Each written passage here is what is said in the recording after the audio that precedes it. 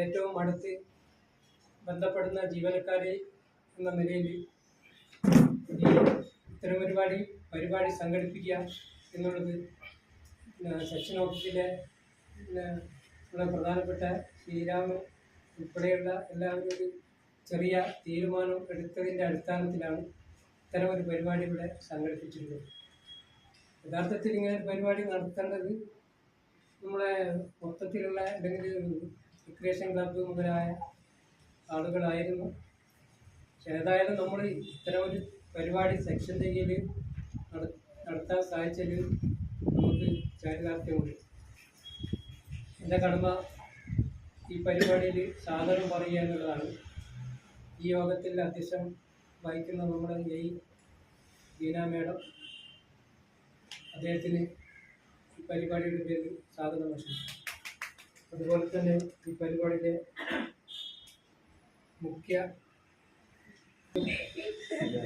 പരിപാടിയുടെ പേരിൽ സ്വാഗതം ആശംസിക്കുന്നു. അതുപോലെ തന്നെ ഈ പരിപാടിയിൽ പങ്കെടുത്തിട്ടുള്ള എല്ലാ ജീവനക്കാർക്കും സെക്ഷൻ ഓഫീസിൻ്റെ പേരിൽ സ്വാഗതം ആശംസിക്കുക. എനിക്കൊരു ചെറിയ ടോപ്പിക്കും തന്നിട്ടുണ്ട് സംസാരിക്കാൻ വേണ്ടി. ഞാൻ പ്രിപ്പയർഡ് ഒന്നുമല്ല, എന്നാലും ആഗോളതാപനം വർദ്ധിക്കുന്നതിൻ്റെ നമുക്കുണ്ടാകുന്ന ഭവിഷ്യത്തുകളെ പറ്റി 2 വാക്ക് സംസാരിക്കണമെന്ന് ശ്രീരാമനാണ് പറഞ്ഞിരിക്കുന്നത്. അപ്പോൾ എല്ലാവർക്കും ഓരോരോ വിഷയങ്ങൾ കൊടുത്തിട്ടുണ്ട്. ആ വിഷയത്തിൽ എല്ലാവരും ഊന്നിക്കൊണ്ട് 2 വാക്ക് എല്ലാവരും സംസാരിക്കണമെന്ന് അഭ്യർത്ഥിക്കുന്നു. ആഗോളതാപനം എന്ന് പറഞ്ഞാൽ ചൂട് വർദ്ധിക്കുക, അന്തരീക്ഷ ചൂട് ക്രമാതീതമായിട്ട് വർദ്ധിപ്പിക്കും. അതായത് കരയിലെയും കടലിലെയും ജലത്തിൻ്റെ ചൂട് അല്ലെങ്കിൽ പരമാവധി അന്തരീക്ഷ ചൂട് വർദ്ധിക്കുന്നതാണ് ആഗോളതാപനം എന്ന് പറയുന്നത്. ഈ ആഗോളതാപനം ഉണ്ടാകുന്നത് പല കാരണങ്ങൾ കൊണ്ടുണ്ടാകും. പ്രധാനമായിട്ടും carbon dioxide, methane, nitrate തുടങ്ങിയ വാതകങ്ങളുടെ അമിതമായ ആധിക്യം മൂലമാണ് ഇത്തരമൊരു സ്ഥിതി സംജാതമാകുന്നത്. നമുക്കറിയാം, കാർബൺ ഡൈ ഓക്സൈഡ് എന്ന് പറഞ്ഞാൽ പ്രധാനമായിട്ട് കാർബൺ മോണോക്സൈഡ് വാഹനങ്ങളിലൂടെയാണ് കൂടുതലായിട്ടും അന്തരീക്ഷത്തിലേക്ക് പ്രവഹിക്കുന്നത്. ഈ ക്രമാതീതമായിട്ടുള്ള വാഹനങ്ങളുടെ പെരുപ്പ് മൂലം അന്തരീക്ഷത്തിലെ വായു ക്രമാതീതമായി വർദ്ധിക്കുന്നു. അതോടൊപ്പം നമ്മുടെ ചൂട് കൂടിക്കൊണ്ടിരിക്കുകയും ചെയ്യും. ഇത് പരിഹാരം എന്ന നിലയിൽ നമുക്ക് പറയാനുള്ളത്, അതായത് പെട്രോൾ വാഹനങ്ങൾ, കൽക്കരി മുതലായ വസ്തുക്കൾ ഉപയോഗിച്ചിട്ടുള്ള വാഹനങ്ങൾ ഉപയോഗം കുറയ്ക്കുക എന്നത് തന്നെയാണ് അതിൻ്റെ ശരിയായ രീതി. എന്ന് പറഞ്ഞാൽ നമ്മൾ സൗരോർജ രീതിയിലുള്ള വാഹനങ്ങൾ ഉപയോഗപ്പെടുത്തിയാൽ മാത്രമേ ഇനി അങ്ങോട്ടുള്ള ഭാവി തലമുറയ്ക്ക് ഈ ആഗോളതാപനത്തിൽ കഴിഞ്ഞാൽ ഭൂമിയിലുള്ള മനുഷ്യരാശി ഉൾപ്പെടെയുള്ള എല്ലാ ജീവജാലങ്ങൾക്കും നാശത്തിന് കാരണമാകുന്നതാണ് പഠനങ്ങൾ തെളിയിക്കപ്പെട്ടിട്ടുള്ളത്. അതുപോലെ തന്നെ മറ്റൊരു കാര്യം, നമ്മൾ ഉപയോഗിച്ചുകൊണ്ടിരിക്കുന്ന ഇലക്ട്രോണിക്സ് ഉപകരണങ്ങൾ, അതുപോലെ തന്നെ ഫ്രിഡ്ജ്, AC, ഇവ പ്രധാനമായിട്ടും പുറന്തള്ളുന്ന ക്ലോറോ മോണോ നൈട്രേറ്റ് എന്ന് പറയുന്നൊരു വസ്തുണ്ട്. ഈ വസ്തു അന്തരീക്ഷ താപം വർദ്ധിപ്പിക്കാൻ വളരെയേറെ സാധ്യതയുള്ള വസ്തുക്കളാണ്. അപ്പോൾ നമ്മൾ ചെയ്യേണ്ടതെന്ന് പറഞ്ഞാൽ AC-ൻ്റെ കാര്യങ്ങൾ കുറയ്ക്കുക. അത് നമുക്കിനി പരമാവധി കുറയ്ക്കാൻ സാധ്യത കുറവാണ് എങ്കിലും പരമാവധി അതിൽ നിന്നൊക്കെ കുറയ്ക്കേണ്ടതാണ് ഇതിനുള്ള നടപടിക്രമങ്ങൾ.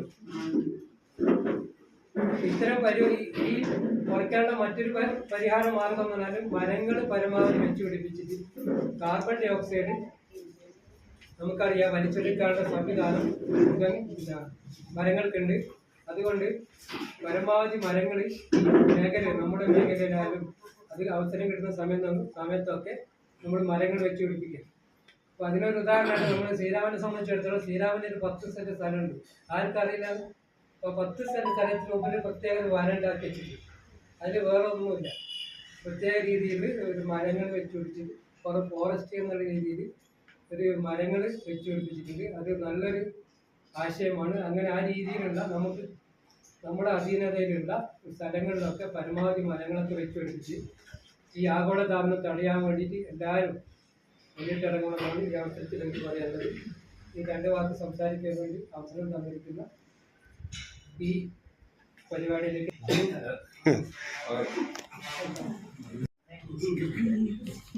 ആഗോളതാപനം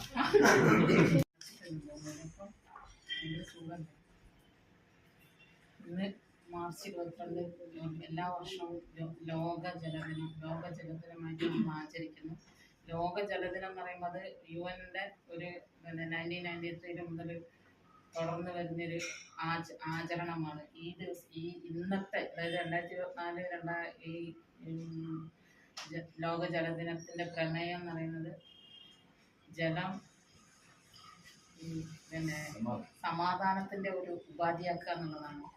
സമാധാനത്തിന്റെ ഉപാധിയാക്കാന്ന് ഈ വർഷം എന്താണ് ആ തീം വെക്കാൻ കാരണം എന്നറിയില്ല. വർഷങ്ങളായിട്ട് പറഞ്ഞുകൊണ്ടിരിക്കുന്നുണ്ട് ഇനിയൊരു രോഗമഹായുദ്ധം നടക്കുകയാണെങ്കിൽ അത് വെള്ളത്തിന് വേണ്ടിയിട്ടായിരിക്കും. അപ്പോൾ അത് സമാധാനത്തിന്റെ വഴി കൂടെ പോകാൻ വേണ്ടിയിട്ടായിരിക്കും ഈ വർഷത്തെ തീം സമാധാനത്തിലേക്ക് കൊണ്ടുപോകുന്നത്. അപ്പം നമ്മൾ ഓരോ തുള്ളി വെള്ളം വളരെ അമൂല്യമാണെന്നുള്ള ലോക ജനതയെ ബോധ്യപ്പെടുത്തുക എന്നുള്ളതാണ് ജലദിന ആചരണത്തിന്റെ ഒരു ഉദ്ദേശം തന്നെ. ഓരോ തുള്ളി വെള്ളവും വളരെ മൂല്യമുള്ളതാണ്. നമ്മളത് പറയാൻ യോഗ്യരാണ്. കുറെ വെള്ളം അവിടെയും ഇവിടെയൊക്കെ ഒഴുകി പാഴായിയൊക്കെ പോകുന്നുണ്ട്. അപ്പൊ അത്തരം കാര്യങ്ങളൊക്കെ നമ്മൾ കുറച്ചുകൂടെ വിജിലന്റ് ആവണം അത്തരം കാര്യങ്ങളിലൊക്കെ എന്നാണ് എനിക്ക് തോന്നുന്നത്. പിന്നത്തെ കാര്യം ലോക സമാധാനം എന്നുള്ളൊരു തീം കൊണ്ടുപോകുന്നതിൽ ഈ സംഘർഷങ്ങൾ കുറേ ഉണ്ടായിട്ടുണ്ട്. നമ്മളെ ഈ വെള്ളം പങ്കുവെക്കുന്നതുമായിട്ട് ബന്ധപ്പെട്ടിട്ടും വെള്ളം ചൂഷണം ചെയ്യുന്നതായിട്ട് ബന്ധപ്പെട്ടിട്ടും ഒക്കെ ഒരുപാട് സംഘർഷങ്ങൾ നമുക്കറിയാം. മുല്ലപ്പെരിയാർ, മറ്റേ കാവേരി നദീജല തർക്കം, മുല്ലപ്പെരിയാറിലെ വെള്ളം പങ്കുവെക്കുന്നതുമായിട്ട് ബന്ധപ്പെട്ട് കേരളം തമിഴ്നാടും തമ്മിലുണ്ടാകുന്ന തർക്കങ്ങൾ ഉണ്ടായിക്കൊണ്ടിരിക്കുന്നത്. അത് എവിടെ എത്താതെ ഇങ്ങനെ തുടർന്നുകൊണ്ടിരിക്കുന്ന ഒരു തർക്കമാണ്. പിന്നെ പ്ലാച്ചിമടയിൽ മറ്റേ ഭൂജല ചൂഷണം പെപ്സി കമ്പനിക്കെതിരായിട്ട് ഉണ്ടായ, അതായത് ചൂഷണത്തിനെതിരായിട്ടുണ്ടായ സംഘർഷങ്ങൾ. അപ്പോൾ സംഘർഷങ്ങൾ ഇങ്ങനെ കൂടിക്കൊണ്ടിരിക്കുന്നുണ്ട്. വെള്ളവുമായിട്ട് ബന്ധപ്പെട്ടിട്ട് നമുക്ക് നോക്കുമ്പം കാർഷിക മേഖലയിൽ മനുഷ്യന്മാരുടെ ദൈനംദിന ആവശ്യങ്ങൾ, കുടിക്കാനും കുളിക്കാനും അതുപോലെ മറ്റ് ആവശ്യങ്ങൾക്കൊക്കെ നമ്മൾ വെള്ളമില്ലാതെ ഒന്നുമില്ല. നമ്മുടെ ജീവിതമില്ല, ഭൂമിയില്ല, ലോകമില്ല, ഒന്നുമില്ല. അങ്ങനത്തെ ഒരു അവസ്ഥയിലാണ്. പിന്നെ ഇപ്പോൾ ഈ ചൂട് കൂടി ഇപ്പൊ തന്നെ നമുക്ക് അറിയാം. നമ്മുടെ ഇവിടെ പറഞ്ഞു ആഗോളതാപനത്തെ പറ്റി. ഇപ്പൊ ചൂട് വളരെ കൂടിയിട്ടുള്ള ഒരു സമയമാണ്. മഴ എന്ന് പറയുന്നത് നമുക്ക് അപ്രാപ്യമായിട്ടുള്ളൊരു സംഭവമാണെന്ന് തോന്നുന്നു സിറ്റുവേഷൻ വെച്ച് നോക്കുമ്പോൾ. അപ്പോൾ ഈ ആഗോള താപനം എന്ന് പറയുന്നത് വളരെ വലിയൊരു പ്രതിസന്ധിയിലേക്ക് ആണ് കൊണ്ടുപോകുന്നത്. അപ്പോൾ ഇപ്പോൾ നമുക്ക് ഇവിടെയാണ് നമ്മളെ സ്ഥാപനത്തിനൊരു റോള് എന്ന് പറയുന്നത് ഈ സമയത്താണ്. കാര്യം കുടിവെള്ളം അത് എവിടെ ലഭ്യമാകുന്ന സ്രോതസ്സുകളിൽ നിന്ന് എടുത്തിട്ട് ശുദ്ധീകരിച്ച് ഒരു ജനങ്ങൾക്ക് ഉപയോഗപ്രദമാകുന്ന രീതിയിൽ എത്തിച്ചു കൊടുക്കുന്ന ലോകത്തിലെ തന്നെ ഏക ഒരു സ്ഥാപനം വാട്ടർ അതോറിറ്റിയാണെന്നാണ് ഞാൻ മനസ്സിലാക്കുന്നത്. കാരണം നമ്മളെ കേരളത്തിൽ ഒഴികെയുള്ള ഒരു സംസ്ഥാനത്തിന്റെ മൊത്തം ഓരോ സ്റ്റേറ്റും എടുത്ത് പരിശോധിച്ചാൽ നിങ്ങൾക്ക് മനസ്സിലാവും. ഓരോ സ്റ്റേറ്റിലും 2, 3, 4 ഓരോ ടൗണുകൾ കേന്ദ്രീകരിച്ചിട്ട് കുടിവെള്ള പദ്ധതികളാണ്. നമ്മളെ ഈ കേരളത്തിൽ മാത്രമാണ് ഓവറോൾ സ്റ്റേറ്റിൽ ഒരു സ്ഥാപനം പ്രവർത്തിക്കുന്നത് കുടിവെള്ള മേഖലയിൽ. അപ്പോൾ അതും ഇപ്പോൾ പല രീതിയിലും സ്പ്ലിറ്റപ്പ് ചെയ്യാനുള്ള ഒരു പദ്ധതിയാണ്. കഴിഞ്ഞ തവണ നമ്മളൊക്കെ ഇവിടെ പ്രതിഷേധിച്ചു. കൊച്ചിയിലെ ADB പദ്ധതിക്കെതിരായിട്ട് ഒരു പ്രതിഷേധം നമ്മളും ഇവിടെ സംഘടിപ്പിക്കുകയുണ്ടായി. അപ്പോൾ അതൊക്കെ ഈ സ്ഥാപനത്തിന്റെ നിലനിൽപ്പിന്റെ ആവശ്യകതയാണ് ഇപ്പോൾ നമ്മളിപ്പോൾ നേരിടാൻ പോകുന്നൊരു പ്രതിസന്ധി. കുടിവെള്ളം എല്ലാവർക്കും കുടിവെള്ളം എത്തിക്കുക എന്ന് പറയുന്നത് ഒരു ചെറിയ കാര്യമൊന്നുമല്ല. ഇപ്പോൾ നമ്മൾ ചെയ്യുന്ന പ്രവർത്തനങ്ങൾ തന്നെ പുറത്തുള്ള ആളുകൾക്ക് നിങ്ങൾ എങ്ങനെയാ എന്നൊക്കെ പറഞ്ഞാലും ഈ സ്ഥാപനത്തിന്റെ ഒരു പ്രവർത്തനം വളരെ നല്ല രീതിയിൽ തന്നെയാണ് മുന്നോട്ട് പോയിക്കൊണ്ടിരിക്കുന്നതെന്നാണ് മൊത്തത്തിൽ വിലയിരുത്തുന്നത്. കാരണം ഓരോ പദ്ധതികൾ ഗവൺമെന്റ് കൊണ്ടുവരുന്ന ഓരോ പദ്ധതികളിലും നമ്മളിപ്പം ജലജീവൻ മിഷൻ ആണെങ്കിലും കിഫ്ബി ആണെങ്കിലും ഓരോ പദ്ധതികൾ കൊണ്ടുവന്ന് ഓരോ വീട്ടുകൾക്കും വെള്ളം എത്തിക്കാറുള്ള കുറേ ഫ്ലോപ്പൊക്കെ ഉണ്ടാവും. ഫ്ലോപ്പൊക്കെ എല്ലാ പദ്ധതിയിലും എല്ലാ ഡിപ്പാർട്ട്മെന്റിലും സർക്കാർ സംവിധാനങ്ങൾക്ക് മൊത്തം ഉണ്ടാകുന്ന ഒരു സംഭവമാണ്. ഫ്ലോപ്പൊക്കെ എല്ലാ കാര്യങ്ങൾക്കും ഉണ്ടാകും. പക്ഷേ ഇത് നമുക്ക് നല്ലൊരു നിലയിൽ മുന്നോട്ട് കൊണ്ടുപോകാനുള്ള ഒരു സ്ഥാപനത്തിൻ്റെ നിലനിൽപ്പ്, ഭാവിയിൽ ഉണ്ടാകാവുന്ന കുടിവെള്ളമാണല്ലോ മെയിന് പ്രധാനപ്പെട്ട ആവശ്യം എന്ന് പറയുന്നത് കുടിക്കുക മനുഷ്യൻ്റെ ദൈനംദിന ആവശ്യങ്ങൾ തന്നെയാണ് പ്രധാനം. അതിൻ്റെ അപ്പുറത്താണ് ബാക്കി കാര്യങ്ങളൊക്കെ. അപ്പം ആ ഒരു രീതിയിൽ വാട്ടർ അതോറിറ്റീൻ്റെ നിലനിൽപ്പ് വളരെ പ്രധാനപ്പെട്ടൊരു കാര്യം തന്നെയാണ് ഈ സാഹചര്യത്തിൽ. എല്ലാവരും നമ്മൾ ഈ കുടിവെള്ള സ്രോതസ്സുകൾ കൺസർവേഷൻ അതാണ് ലക്ഷ്യമിടുന്നത്. കൺസർവേഷൻ എന്ന് പറയുമ്പോൾ നമ്മൾ ഈ ഓരോ വർഷവും ഇങ്ങനെ ജലദിനം എന്ന് പറഞ്ഞിട്ട് ഇങ്ങനെ ആചരിക്കുന്നുണ്ട്, പക്ഷെ അതിൻ്റെ ഫോളോ അപ്പ് നടക്കുന്നുണ്ടോ എന്നുള്ളതാണ് ശ്രദ്ധിക്കേണ്ടത്. കൺസർവേഷൻ എന്ന് പറഞ്ഞാൽ നമ്മൾ സ്രോതസ്സുകൾ സംരക്ഷിച്ച് കൊണ്ടുപോവുക. അതിലും വെള്ളം സംരക്ഷണത്തിനേക്കാളും ഭീകരമായിട്ടുള്ള ഒരു പ്രശ്നം നമ്മൾ നേരിടാകുമ്പോൾ അത് മാലിന്യം തന്നെയാണ്. തീർച്ചയായിട്ടും മാലിന്യം തന്നെയാണ്. കാരണം മാലിന്യം ഇതെങ്ങനെ മറ്റ് രീതിയിലുള്ള ബുദ്ധിമുട്ടുകളില്ലാതെ സംസ്കരിക്കണം എന്നുള്ളതിനെ പറ്റിയിട്ട് ഇന്ന് വരെ ഒന്നും എവിടെ എത്താത്തൊരവസ്ഥയിലാണുള്ളത്. ഈ കുടിവെള്ള സ്രോതസ്സുകളിലും മലിനീകരിക്കുന്നത് നമ്മൾ ബോധപൂർവം ചെയ്യുന്നതുകൊണ്ട് കുറേ കാര്യങ്ങൾ. ഈ വേസ്റ്റും അതൊന്നും കുടിവെള്ള സ്രോതസ്സുകളിൽ എടുത്ത് വലിച്ചെറിയാൻ പൊതുവെ മലയാളീസിനുള്ള ഒരു ഇതാണ്. എന്തും എവിടെയും വലിച്ചെറിയാന്നുള്ളൊരു സ്വാതന്ത്ര്യമുണ്ട്. ആ സ്വാതന്ത്ര്യം നമ്മൾ കുറേ അത്രയും വിനിയോഗിക്കണമെന്നുള്ളത് നോക്കുക. ഈ സോളിഡ് വേസ്റ്റ്, അതുപോലെ കുപ്പി നമ്മൾ വെള്ളം ഒഴിച്ച് കളയുന്ന കുപ്പി, അല്ലെങ്കിൽ എന്തെങ്കിലും വാങ്ങി കഴിച്ചിട്ട് കളയുന്ന ബോട്ടിലുകൾ, അങ്ങനത്തെ കാര്യങ്ങളൊക്കെ നമ്മൾ കുറച്ചുകൂടെ ചിന്തിച്ച് ഡിസ്പോസ് ചെയ്യാനുള്ള രീതിയിൽ ഇപ്പം നമുക്ക് അവൈലബിൾ ആയിരിക്കുന്ന രീതിയിൽ സംസ്കരിക്കുക. ഇപ്പം നമ്മളെ വീടുകളിലൊക്കെ തന്നെ പ്ലാസ്റ്റിക് മാലിന്യങ്ങളും മറ്റും ഒക്കെ എടുക്കാൻ വേണ്ടിയിട്ട് ഹരിത കർമ്മസേനയുടെ വളരെ ഇതായിട്ട് അവർ എടുക്കുന്നുണ്ട്. അപ്പോൾ അവരെ എങ്ങനെ ഡിസ്പോസ് ചെയ്യുന്നു എന്നുള്ളത് നമുക്ക് അറിയില്ല. പക്ഷെ അത് എടുക്കുന്ന ആ രീതിക്ക് നമ്മൾ കുറേ കാര്യങ്ങൾ മുന്നോട്ട് കൊണ്ടുപോയാൽ ഈ മാലിന്യത്തെ ജനങ്ങൾ തന്നെ ആളുകൾ തന്നെ ചെയ്യുന്നതാണ്, അല്ലാതെ മാലിന്യം വേറെ ഒന്നും വരുന്നൊന്നല്ല. പിന്നെ നമ്മളെ ഇപ്പം ഞാൻ പറയുന്നത് എനിക്ക് വീട്ടിൽ കിണറിൽ ഇഷ്ടംപോലെ വെള്ളമുണ്ട്, എനിക്ക് വേറെ വെള്ളത്തിൻ്റെ ആവശ്യമൊന്നുമില്ല, വാട്ടർ ബോട്ടിൻ്റെ പൈപ്പൊന്നും എനിക്ക് ആവശ്യമില്ല എനിക്കിപ്പം പറയാമൊക്കെ. പക്ഷേ ഈ കിണറിലെ വെള്ളത്തിന് എത്രമാത്രം ക്വാളിറ്റി ഉണ്ട് എന്നുള്ളതും കൂടെ നമ്മൾ പരിശോധിക്കേണ്ട ഒരു കാര്യമാണ്. ഇപ്പം ജലജീവ മിഷൻ്റെ ഭാഗമായിട്ട് നമ്മളെ വാട്ടർ അതോറിറ്റീൻ്റെ കൂടെ തന്നെ പ്രവർത്തിക്കുന്ന ഒരു സംഘടന ഉണ്ട്, ISA എന്ന് പറഞ്ഞിട്ട്, ഇംപ്ലിമെൻറ്റേഷൻ സപ്പോർട്ടിങ് ഏജൻസി എന്നിട്ട് ഒരു ഏജൻസി ഉണ്ട്. അത് കുറച്ച് പഞ്ചായത്തുകൾക്ക് ഒരു ഏജൻസി എന്നുള്ള നിലയിൽ ഗവൺമെൻറ് ടെൻഡർ ചെയ്ത് എടുക്കുന്ന ആളുകളാണ്. പക്ഷെ അവർ ഞാൻ പല പഞ്ചായത്തുകളിലും ഈ ജലജീവ മിഷൻ്റെ ഭാഗമായിട്ട് ഇങ്ങനെ ഡീൽ ചെയ്യുന്ന സമയത്ത് ഞാൻ മനസ്സിലാക്കിയ കാര്യങ്ങൾ എന്താണെന്ന് വെച്ചാൽ, ഇവർ ഓരോ പഞ്ചായത്തിലും ഓരോ ഏരിയ കേന്ദ്രീകരിച്ചിട്ട് വീടുകളിൽ വെള്ളം എടുപ്പിച്ച് അത് ബോട്ടിലെടുത്ത് പരിശോധിച്ച് അതിൻ്റെ റിസൾട്ട് നോക്കി. അപ്പം മിക്കവാറും എല്ലാ ഓപ്പൺ വെല്ലുകളുള്ള വീടുകളിലും മുഴുവനും ഈ ഇക്കോളിൻ്റെ സാന്നിധ്യമുള്ള ഉപയോഗിക്കാൻ പറ്റാത്തൊരു വെള്ളമാണെന്നുള്ള രീതിയിൽ തന്നെയാണ് കണ്ടെത്തിയത്. ആ കണ്ടെത്തുക എന്ന് പറഞ്ഞാൽ നമ്മൾ വെള്ളം കാണുമ്പോൾ നല്ല പ്യുവർ തെളിച്ചുള്ള വെള്ളമായിരിക്കും, പക്ഷേ അതിനകത്ത് ബാക്ടീരിയൻ്റെ ബാഹുല്യമുള്ള വെള്ളമാണ് പല ഏരിയയിലും കണ്ടെത്താൻ പറ്റിയിട്ടുള്ളത്. അപ്പം അതൊക്കെ നാളേക്ക് ഇതുപോലെ, അതായത് കുടിവെള്ള വിതരണം സുസ്ഥിരമായിട്ടും ക്വാളിറ്റി ഉള്ളതും ഗുണനിലവാരമുള്ളതും സുസ്ഥിരമായിട്ടുള്ളത് വാങ്ങിക്കുന്ന കുടിവെള്ളം കിട്ടുക എന്ന് പറയുന്നത് അത് ശരിക്കും ഒരു സർക്കാർ ഏജൻസിൻ്റെ ഉത്തരവാദിത്വം തന്നെയാണ്. അപ്പോൾ വാട്ടർ അതോറിറ്റി എന്ന് പറയുന്ന ഒരു സ്ഥാപനം കേരളത്തിൽ വളരെ നല്ല രീതിക്ക് മുന്നോട്ട് പോകുന്ന ഒരു സ്ഥാപനം തന്നെയാണ്. അപ്പോൾ നമ്മളൊക്കെ അതിന് അനുകൂലമായിട്ട് ഭരണ കാര്യങ്ങളിലേക്കൊക്കെ പോയി കഴിഞ്ഞാൽ നമുക്ക് പല പ്രശ്നങ്ങളും ഉണ്ടാവും, പല റിസോഴ്സസിൻ്റെ കുറവുകളുണ്ട്, അങ്ങനെ ഒരുപാട് പ്രശ്നങ്ങളുണ്ട്. എന്നാലും വളരെ നല്ല രീതിയിൽ മുന്നോട്ട് പോയിട്ട് ഈ സ്ഥാപനത്തിനെ സംരക്ഷിക്കാനും, അതുപോലെ സ്രോതസ്സുകൾ നമുക്കിപ്പം പേഴ്സണലി നമുക്കുള്ള ഇപ്പം ശ്രീരാമൻ്റെ വീട്ടിൽ ഒരു വനം ഉണ്ടാക്കി എന്ന് പറഞ്ഞല്ലോ, അതുപോലെ നമുക്കുള്ള സൗകര്യങ്ങളിൽ, അതായത് ഇപ്പം 10 സെൻറ്റാണോ 5 സെൻറ്റാണോ എന്താണോ ഉള്ളത് അതിനകത്ത് നമുക്ക് പറ്റുന്ന രീതിയിൽ ഇതുപോലെ മരങ്ങളും അല്ലെങ്കിൽ കുടിവെള്ള സ്രോതസ്സുകൾ ഉണ്ടെങ്കിൽ അത് സംരക്ഷിക്കുന്ന രീതിയിലെല്ലാം പ്രൊട്ടക്ട് ചെയ്തിട്ട് നിർത്തി അങ്ങനത്തെ കാര്യങ്ങളൊക്കെ ചെയ്ത് സംരക്ഷിച്ച് കൊണ്ടുപോകുക. അത് നമ്മൾ നിരന്തരം ഇതിൻ്റെ പുറകെ ഒരു ഇതായിട്ട് പോകണം. അല്ലാതെ നമ്മളിപ്പോൾ ഒരു ദിവസം ഇവിടെ നിന്ന് ഒരു ജലദിനം ആചരിച്ചു എന്ന് പറഞ്ഞുകൊണ്ട് മാത്രം ഒന്നും ആവാൻ പോകുന്നില്ല. പിന്നെ ഈ മാലിന്യങ്ങൾ വലിച്ചെറിയുന്നത് നമ്മൾ നിർത്തിയേ പറ്റുള്ളൂ. അല്ലാതെ ആർക്കും ഒരു സർക്കാരിനോ ഒരു ഭരണകൂടത്തിനോ ഒന്നും വന്നിട്ട് ഇതൊന്നും ക്ലിയർ ചെയ്ത് പോകാൻ പറ്റുന്ന ഒരു കാര്യമില്ല. ഇത് നമ്മളെ ഇടയിൽ തന്നെ ബോധവൽക്കരണം ഉണ്ടാവേണ്ട ഒരു കാര്യമാണ്. ജനങ്ങളുടെ ഇടയിൽ ബോധവൽക്കരണം ഉണ്ടാവണം. ഇത് ഏറ്റവും കൂടുതൽ ബോധവൽക്കരണം ചെയ്യാൻ പറ്റുന്നത് സ്കൂളുകൾ, അംഗൻവാടികൾ, സ്കൂളുകൾ. കാരണം ചെറിയ കുട്ടികളടുത്തു നിന്നാണ് നമ്മൾ എല്ലാ കാര്യങ്ങളും, എല്ലാ ശീലങ്ങളും പഠിപ്പിച്ചാലേ അവർ വലുതാകുമ്പോൾ. ഞാനിപ്പോൾ എന്തെങ്കിലും വലിച്ചെറിയുന്നുണ്ടെങ്കിൽ ഞാൻ ആ ശീലം എൻ്റെ ചെറുപ്പം മുതൽ ശീലിച്ചതാണ്.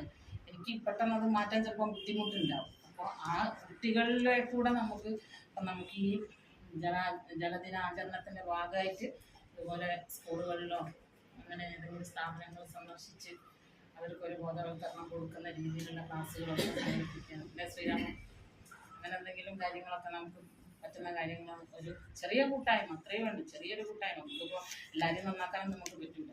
അപ്പം നമ്മൾ സ്വയം അങ്ങനത്തെ കാര്യങ്ങളൊക്കെ ശ്രദ്ധിക്കുക. പിന്നെ ഇതുപോലെ ചെറിയ കൂട്ടായ്മ ആയിട്ട് നമുക്ക് ഇടയ്ക്കിടയ്ക്ക് ഈ അടുത്ത 2025 ഇതുപോലൊരു ദിവസം ഉണ്ടാവും, മാർച്ച് 22 എന്ന് പറയുന്നത്. അപ്പം അതുപോലെ അതിൻ്റെ ഇടയ്ക്ക് നമ്മൾ എന്തെങ്കിലുമൊക്കെ ചെയ്തു എന്നുള്ളത് നമ്മളെ ബോധ്യപ്പെടുത്താൻ വേണ്ടിയിട്ട് അതുപോലെ എന്തെങ്കിലും കൂട്ടായ്മയൊക്കെ സംഘടിപ്പിക്കുക, അങ്ങനത്തെ കാര്യങ്ങളൊക്കെ അത്രയും പറഞ്ഞ് നോക്കുമ്പോൾ ജലത്തെ പറ്റി എനിക്ക് ആദ്യം പറയാനുള്ളത് ഇപ്പോഴത്തെ വെള്ളത്തിൻ്റെ ഒരു മാറ്റം. നാട്ടിൽ അങ്ങനെ ദൂരോട്ട് ആരെയും പോകുന്നില്ല. അഥവാ പോകാൻ തന്നെ ഒരു കടയിൽ കുപ്പിവെള്ളമായി കുടിക്കാനല്ലാണ്ട് ഇവിടെ വന്ന് നോക്കുമ്പോഴാണ് വെള്ളത്തിൻ്റെ ഒരു എന്താ പറയുക മാറ്റവും മനസ്സിലായത്. നാട്ടിലെ ഇതൊക്കെ അറിഞ്ഞു വരുന്നത്. അതിനെപ്പറ്റി എന്താ പറയാനുള്ളതെന്ന് എനിക്ക് ഈ വേദിയിൽ പറയാൻ പറ്റുന്നത് ഞാൻ വിചാരിക്കും. ഒരു അനുഭവത്തിൽ പറഞ്ഞത് പിന്നെ ജലമില്ലാതെ നമുക്ക് ജീവിക്കാനാവില്ല. ജലം പറഞ്ഞാൽ തന്നെ ജീവിക്കാനാവില്ല.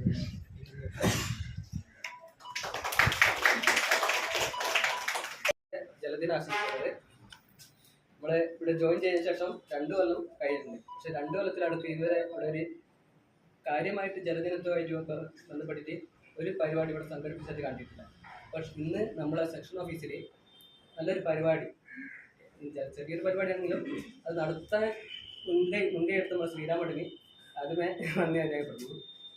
പിന്നെ ഈ ജലസഭയിൽ എനിക്ക് ജല അറിവ് നിങ്ങൾക്ക് പകർന്നു തരാൻ വേണ്ടിയിട്ട് എനിക്ക് കിട്ടിയ വിഷയം എന്ന് പറയുന്നത് ശുദ്ധജലത്തിൻ്റെ ഗുണനിലവാരം. ശുദ്ധജലത്തിൻ്റെ ഗുണനിലവാരത്തെക്കുറിച്ചിട്ടാണ് പറയുന്നത്. ഇപ്പോൾ നമ്മുടെ ഭൂമിയിൽ ആകെയുള്ള ജലത്തിൻ്റെ 97.5% മാത്രമാണ് ലവണ ജലമായിട്ടുള്ളത്. പിന്നെ ബാക്കിയുള്ള 2.5%. ആ 2.5%-ൽ അതാണ് ശുദ്ധജലമായിട്ട് നമുക്ക് കിട്ടുന്നത്. ആ 2.5% ആണെങ്കിൽ ഹിമപാളികളിലായിട്ടാണ് അല്ലേ നമുക്ക് കൈ കിട്ടുന്നുണ്ടോ ശുദ്ധജലം? ഇല്ല, ശുദ്ധജലത്തിൽ വളരെ കുറവാണ്. പിന്നെ ഏറ്റവും പ്രധാനപ്പെട്ട ശുദ്ധജല സ്രോതസ് എന്ന് പറയുന്നത് മഴവെള്ളം. അപ്പോൾ ആ മഴവെള്ളത്തിൽ അത് തന്നെ നമുക്ക് പൂർണ്ണമായിട്ടും ശുദ്ധജലമാണെന്ന് പറയാൻ പറ്റില്ല. കാരണം വെച്ചാൽ പ്രകൃതിയിൽ ഉള്ള രാസ മാലിന്യങ്ങളും അതുപോലെ തന്നെ പൊടിപടലങ്ങളൊക്കെ അലിഞ്ഞു ചേർന്നിട്ടാണ് മഴവെള്ളം ഭൂമിയിലേക്ക് എത്തുന്നത്. അപ്പോൾ അത് നമുക്ക് മഴവെള്ളം ഒരു ശുദ്ധജലമാണെന്ന് നമുക്ക് തീർത്തും പറയാൻ പറ്റില്ല. പിന്നെ നമ്മൾ ഏറ്റവും കൂടുതൽ മനുഷ്യർ ഏറ്റവും കൂടുതൽ ആശ്രയിക്കുന്ന ഭൂഗർഭ ജലസ്രോതസ്സുകളാണെന്ന് അറിയാം. അതിൽ നമ്മൾ കിണറുകളെയാണ് കൂടുതലായിട്ട് ആശ്രയിക്കുന്നത്. അപ്പോൾ കിണറുകളിലെ വെള്ളം എത്രത്തോളം ശുദ്ധം ഉണ്ട് എന്നുള്ളത് കൃത്യമായ പരിശോധനയിലൂടെ മാത്രമേ നമുക്ക് പറയാൻ പറ്റൂ. പിന്നെ നമ്മുടെ ഇന്ത്യയിൽ ഈ BIS, bureau of Indian standards, അതാണ് കൃത്യമായിട്ട് ശുദ്ധജലമാണോ എന്ന് പരിശോധിക്കുന്നത്. അപ്പോൾ അത് പ്രകാരം നമ്മുടെ ജലപരിശോധനയ്ക്ക് വേണ്ടിയിട്ട് ചില ഘടകങ്ങൾ, പ്രത്യേക ഘടകങ്ങൾ പരിശോധനയ്ക്ക് വിധേയമാകുന്നുണ്ട്. അപ്പോൾ ആ ഘടകങ്ങൾ നോക്കിയിട്ടാണ് ശുദ്ധജലത്തിൻ്റെ നിലവാരം നമ്മൾ കണക്കാക്കുന്നത്. ആ ഘടകങ്ങളാണ് ഒന്ന് നിറം, ഒന്ന് മണം അല്ല ഗന്ധം, പിന്നെ രുചി, pH മൂല്യം, വെള്ളത്തിൻ്റെ pH മൂല്യം, പിന്നെ നൈട്രേറ്റിൻ്റെ സാന്നിധ്യം, അമോണിയ, പിന്നെ കോളിഫോം ബാക്ടീരിയ. ഇതൊക്കെ പരിശോധനയ്ക്ക് വിധേയമാക്കിയിട്ട് വേണം നമുക്ക് എന്ത് ചെയ്യാൻ ഒരു കിട്ടുന്ന വെള്ളം ശുദ്ധജലമാണോ അല്ലയോ എന്ന് മനസ്സിലാക്കാൻ പറ്റും. അപ്പോൾ നമ്മളെ കേരളത്തിൽ എല്ലാ ജില്ലകളിലും ലാബുകളുണ്ട്. കൃത്യമായി നമ്മുടെ വാട്ടർ അതോറിറ്റിയിൽ തന്നെ കുറേ ലാബുകളുണ്ട്. അപ്പോൾ കൃത്യമായിട്ട് വെള്ളം, നമ്മളെ കിണറുകളിലെ വെള്ളം നമുക്ക് എങ്ങനെയാണ് കിട്ടുന്നത്, ആ വെള്ളം കൃത്യമായിട്ട് പരിശോധനയ്ക്ക് വിധേയമാക്കേണ്ടത്. അപ്പോൾ നമ്മൾ ശുദ്ധജലത്തിൻ്റെ ഗുണനിലവാരം എന്ന് പറയുമ്പോൾ ഈ ഘടകങ്ങൾ അതെങ്ങനെയാണ് ബാധിക്കുന്നതെന്ന് വെച്ചാൽ അത് നമുക്ക് നിറത്തിൻ്റെ കാര്യം പറയാം. തെളിഞ്ഞ വെള്ളമായിരിക്കണം അല്ലേ? നമ്മൾ തെളിഞ്ഞ വെള്ളമാണ് കുടിക്കാൻ പറ്റുന്ന വെള്ളമായിട്ട് കണക്കാക്കുന്നത്. തെളിഞ്ഞ വെള്ളം, ഏതെങ്കിലും കളർ ഉള്ള വെള്ളം അല്ലെങ്കിൽ കലങ്ങിയതോ ആയിട്ടുള്ള വെള്ളം നമുക്ക് ശുദ്ധജലമായിട്ട് പരിഗണിക്കാൻ പറ്റില്ല.